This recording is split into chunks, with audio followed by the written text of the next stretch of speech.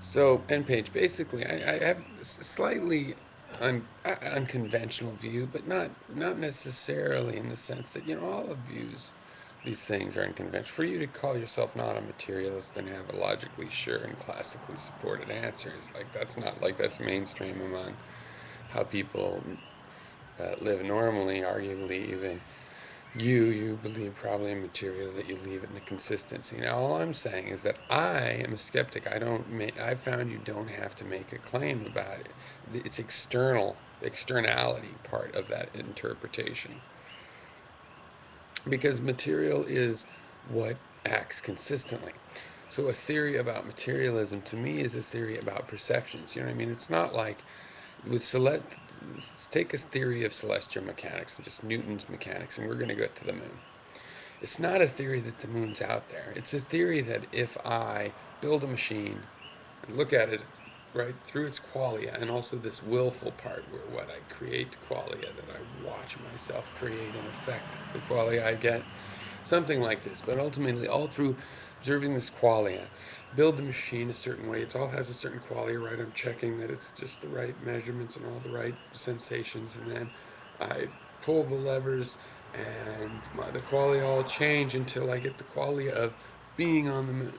So I don't really see it as a theory that the moon is necessarily out there. Now I notice that it's a convenient shorthand for being out there. And what I say is that ultimately there is a leap of faith in, um, believing in interpersonal reality, that there's other minds that I'm not creating that other mind. Because it just, if you look at the perceptions, so I'll break down to the qualia, it doesn't seem like I'm controlling those other minds. And what most people would call external, I call, interpersonal. And not just interpersonal with persons, but also, interconnected relations with other material objects. And ultimately, this maps very well to the physics of relativity, because it's all relationships. You have a relationship with something, or even if you can, you're in the light speed cone, then there's a certain essence of reality and existence and potential existence for each other. But if you never have a relationship, then that's never realized. And the reality of a certain system is the realization of all its interconnected relationships. So, you know, I think it all works out quite well. Now, I think it's fair to still call it a materialism because it's really this belief that, yes, everything can be explained materially. The color of vision can be explained materially. The colorblind person, if she really understood everything about color, would have to understand how our brain perceives it and would be able to create the eyes and all the nerves in order for that to happen. And she could create a brain. Of course, she wouldn't feel what the brain feels, but she has a brain to start with.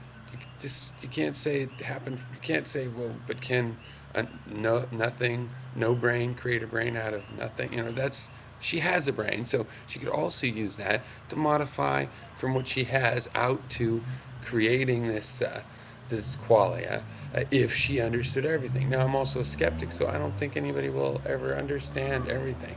And some infinite limits are approached asymptotically, some are not. So, and are approached, infinity approached exponentially. All right, cheers.